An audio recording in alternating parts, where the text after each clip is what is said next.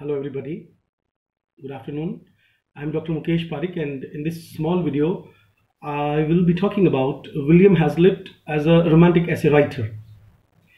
In my last video we came to know about Charles Lamb as an essay writer. As we all know that in English literature there are three or four major essay writers, and they start from Bacon, then Charles Lamb, and then we have this writer William Hazlitt and his contemporary Thomas De Quincey. In our last video, we came to know about the different writings and writing styles of Charles Lamb. In the same vein, I will be talking about William Hazlitt.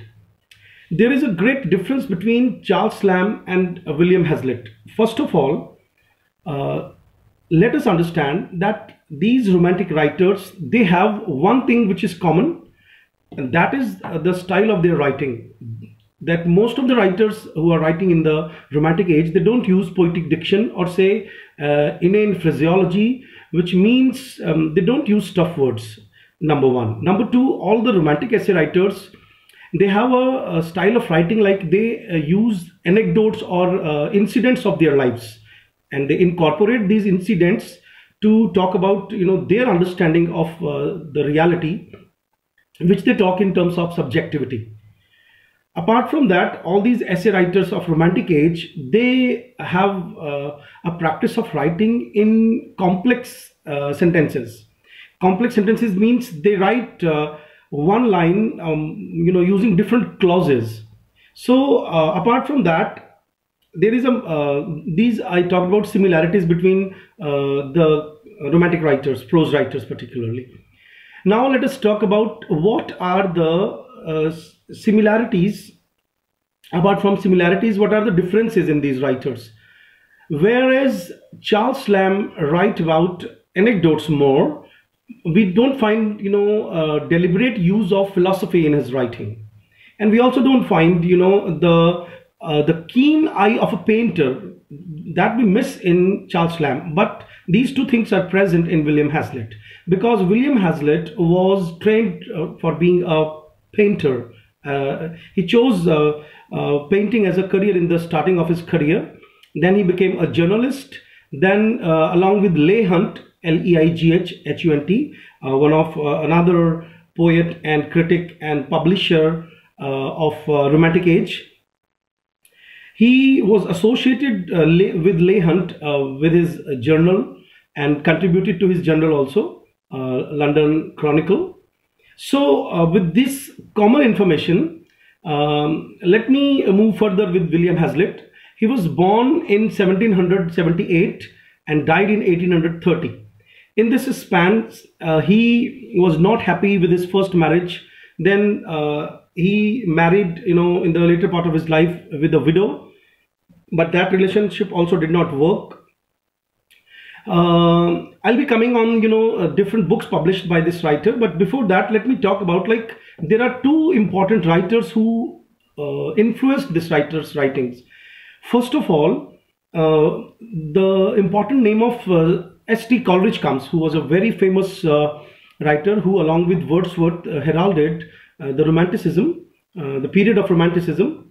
And it is said that S.T. Coleridge had a great impact on this writer, and he wrote he wrote about this influence in different places. Apart from that, there was another writer. He was Joseph Fawcett. Actually, he was a Presbyterian or say Unitarian priest also. He used to come to his house because his father was a Presbyterian or Unitarian minister. Minister means here a priest. So you can understand that William Hazlitt had a very not exactly Puritan, but a kind of very liberal understanding or liberal upbringing in his family. So you can understand, that his looking at the world on reality around him, that makes him quite a different writer. He had a keen eye, for as you know that most of the writers, the most important and common thing which I did not talk about, when I was talking about the similarities of these prose writers, is that Charles Lamb was interested, and yesterday in another video I talked about that Charles Lamb and his sister Mary Lamb, wrote about Shakespearean characters and Shakespearean dramas. And another writer is William Hazlitt. He has also written significantly and lectured extensively on the characters of Shakespeare. He has written a book also. And the third writer is Thomas De Quincey. He has also to do with many plays of Shakespeare, and he has written essays also on. So one thing is common, that in the Romantic age, these prose writers were somewhere actually reinventing Shakespeare. And many 20th century writers have written books by reading these writers, and they have developed their understanding of Shakespeare by reading this criticism and the prose works of all these Romantic writers. Now I'll be directly coming to different works. I have already talked about in last net mean to say in 2019, there was a question about William Hazlitt's work on Coleridge. So as I have already talked about that, he was influenced by S.T. Coleridge, and another important writer was Joseph Fawcett. So let me talk about the important works written by this writer. The first important work is Essays on the Principles of Human Action. This book was published in 1805. Second was Free Thoughts on Public Affairs. That is also a very important book, published in 1806. Third is a reply to the essay on population by Malthus. Friends, this essay is very important. This is Hazlitt's own understanding. He has criticized this essay. These are not considered to be very great works. Now let me come to his major three important works on which they can ask us questions. That is the collections of his essays. First is the Round Table. Friends, William Hazlitt is known for writing, because in all the graduation and post-graduation courses, we find that we have in the curriculum essays of William Hazlitt. So the Round Table is one of the most important collections, in which let me also read the subtitle of this work. That is, The Round Table is the title, and A Collection of Essays on Literature, Men and Manners is the subtitle. This subtitle can come as a question. Apart from that, we should also be aware that Leigh Hunt, as I have constantly been talking about this writer, Leigh Hunt, also published along with him, and the book was published in 1817, and Hazlitt contributed 40 essays and Leigh Hunt submitted 12 essays. So Leigh Hunt and Hazlitt, they were working in collaboration, and they were working on the magazine Examiner. Examiner was a magazine actually run by Leigh Hunt.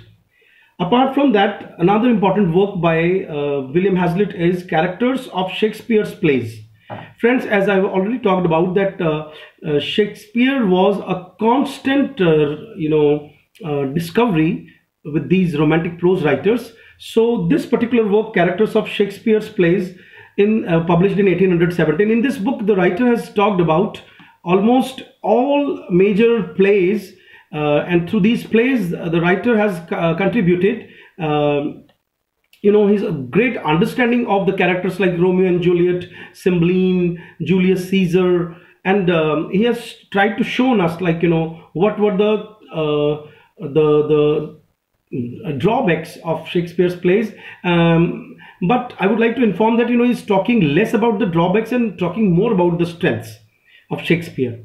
And apart from that, I would also like to inform you that in this, the writer has written 35, he has taken 35 chapters, and in these 35 chapters, he has taken almost all the plays one by the other in this book. And he has also written one preface and one kind of epilogue kind of thing.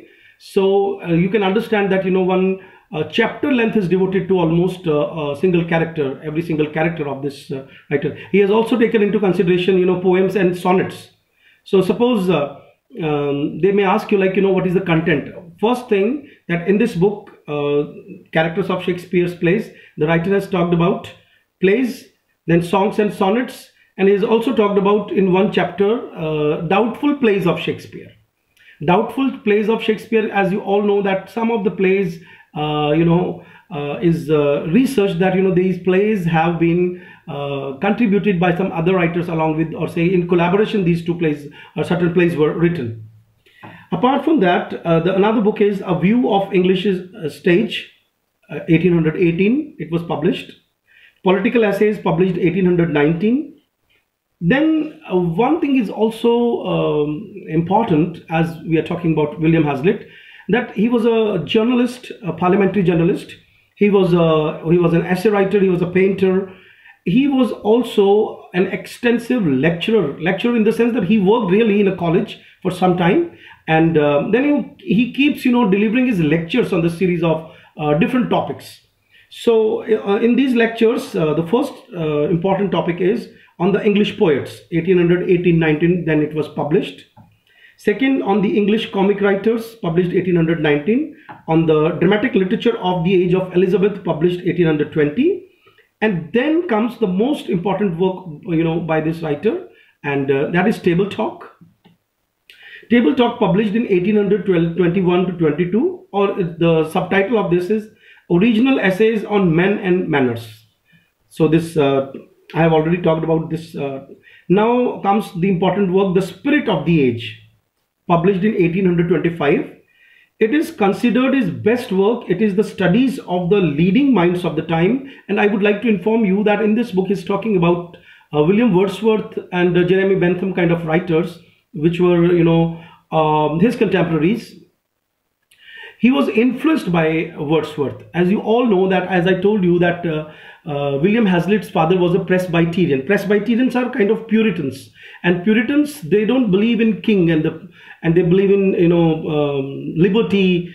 In one of my other videos, I talked about that Puritan people, they established America. So you can understand that these writers who have some inclination or leanings towards Puritan or Presbyterian church, they are quite radical people, and they believe in freedom, liberty.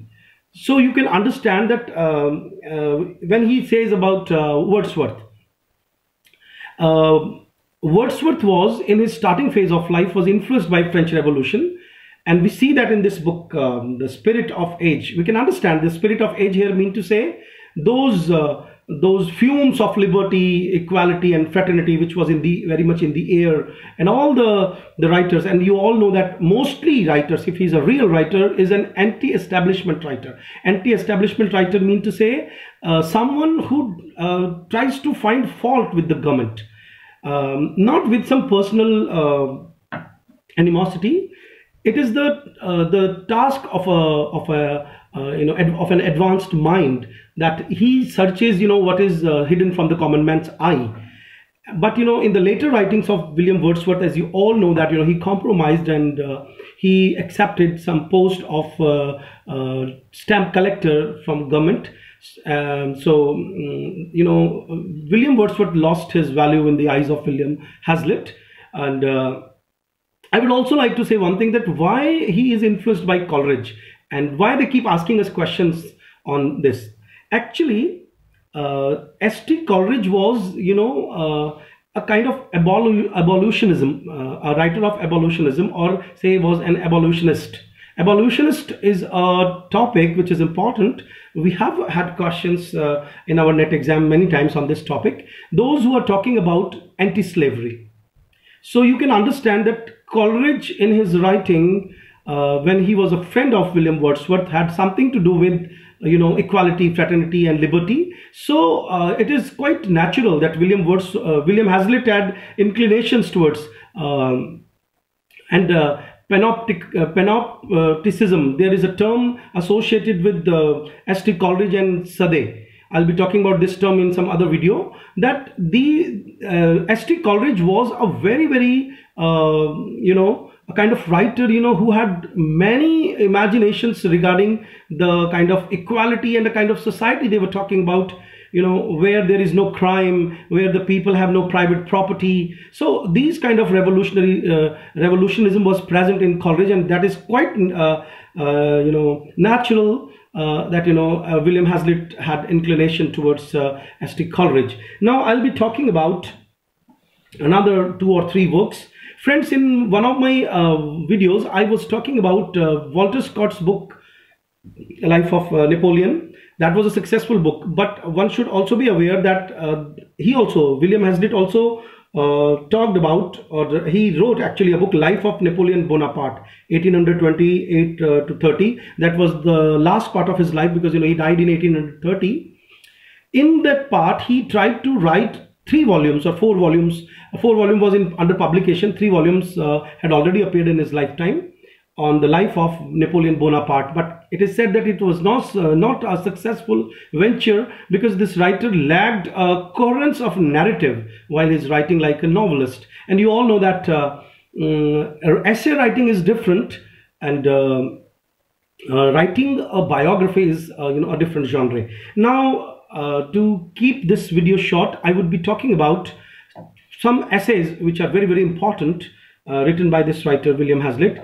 The first one in the collection is On the Pleasure of Painting. You should read this essay cursorily, and you will come to know that he's talking about his father, because this essay is about painting, but actually he's painting, not painting, but actually he's talking about painting of some human beings, and this human beings in the sense like he's writing character sketch, and the first character sketch is written about his own father.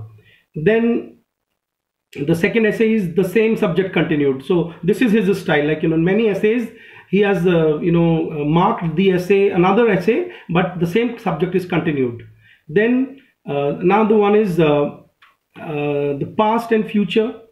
Apart from that, he has written on the Indian Jugglers, another essay. Indian Juggler is a very famous essay in which he's talking about a juggling person, kind of someone who keep walking on rope and jumps and does many kinds of tricky things. So the writer is talking about a juggler, but then he's talking about the kind of equanimity and poise, the kind of mental balance a juggler can have. Then another important essay is Paradox and Commonplace. That is important essay. Another one is one essay he has devoted on Milton's sonnets. Another essay is on Going a Journey. That is again a very famous and highly anthologized essay around. On Going a Journey essay starts with his personal inclination that when he would like to go on a journey, then he would like to remain alone. And then he gives a justification that if someone is not alone on journey, then he would be talking and cannot enjoy nature and cannot enjoy the meanest flower. Apart from that, another famous essay, highly anthologized, is Of Familiar Style. In this essay, the essays I'm talking about are highly anthologized, so there are full chances of questions from these essays. On Familiar Style is also very much romantic in spirit. How? As you all know that romantic writers are against poetic diction. They say that one should not write in tough words. A writer should write in easy language so that common man can understand his essays. So On Familiar Style is based on that. There is one essay on effeminacy of character. There is another essay which is famous, that is on the fear of death. He has also written one essay, that is The Pleasure of Hating. I would like to read a very small line from this essay, The Pleasure of Hating. The pleasure of hating, like a poisonous mineral, eats into the heart of religion and turns it to rankling spleen and bigotry. It makes patriotism an excuse for carrying fire, pestilence and famine into other lands. It leaves to virtue nothing but the spirit of censoriousness and a narrow, jealous, inquisitorial watchfulness over the actions and motives of others. To some of you, it seems ridiculous that, why, without having a screen, why I'm reading lines. But I think one should be in the habit of, understanding through reading also. This line shows this writer's understanding of common human beings' societal poisoning, where we are very in less number of houses. Parents teach that you should not hate people, though we do a lip service. But as such, you all know that when we start backbiting someone, or we start talking about the ills of others, then we feel a kind of connectivity to people who are talking about someone other's faults. They automatically naturally get connected, and this connection and this rankling, the writer has talked about that these things create all the kinds of vices, and the writer has made a list of these vices, and among these lists he has taken bigotry and patriotism. So you can understand that as somewhere Dr. Johnson has said that patriotism is the last resort of a scoundrel. So you can understand that when you talk about patriotism, it means you hate your neighboring country. It means this patriotism is a kind of a euphemism, a soft word for something which is very negative, and that is when you love your own country, you are actually hating some other country. So you can understand the depth of this writer. Apart from that, I would like to talk about let me recapitulate that he has written The Round Table. Its subtitle is A Collection of Essays on Literature, Men and Manners, contributed by William Hazlitt and Leigh Hunt. Apart from that, I have talked about certain essays which are very famous. I would also like to talk about one romantic actually a theatre artist. His name was Edmund Kean. They have asked you a question on this player, and the writer has talked about his performance, because Edmund Kean, Edmund Kean, Edmund Kean is talked about different romantic writers, because he was present. He was an actor who did almost all the roles of different characters, major heroes of Shakespeare. So his name is quite visible in all the writers' commentary on Shakespeare. So friends, I would also like to read one more collection. That is, in 1805, he published his essay on the principles of human action, which had occupied, why I'm talking about again, because in the beginning of this video, I also talked about this essay on the principles of human action. Actually, this particular book, engaged him for 6 to 7 years. So, this is all about, some basic information. I would like to recapitulate by simply saying that this writer is more philosophical than Charles Lamb. And the collection of his essays are mostly taught across universities throughout the world, and I have talked about almost all the famous essays. Indian Jugglers. One more essay I would like to talk about, that is on the ignorance of the learned. On the ignorance of the learned is also a very important essay, in which the writer is talking about common people around us who know so many things, and all the people who are quite educated, but they don't know. For example, like I'm a PhD and mostly busy with books, but I don't know how to repair anything in my car. For that, I altogether become a handicap. So the writer is talking in this essay. So this is also romantic in spirit, romantic in the sense that these writers are romantic writers, and they value common people, common man. So through this essay, he wants to demythologize or demystify that it is not like labor has importance of its own, and it is not like someone who knows or who has bookish knowledge is high person in society, and one who has simple, or one who can does simple things, like one who can clean a sofa, or someone who can repair an AC, are lower in rank. So on the ignorance of the learned is again an important essay. Why distant objects please? This also is another important essay. I have already talked about ongoing a journey. So these are some of. There is one more essay that is on coffee house politicians. Now this coffee house politicians is again an important essay, in the sense that the writer has made fun of that these politicians throughout the world, actually, though he's talking about politicians of England, that these politicians have only I mean, they enjoy their life once they are selected or say elected for parliament, and these politicians are actually not thinking about the common man who have made them in power. So friends, this is all about William Hazlitt in this small video. I'm expecting comments from your side so that I can improve myself, and if you require some topic, you can ask me. Before I close, I would like to ask at the end of the video that kindly subscribe to my channel and press the bell icon. Namaskar.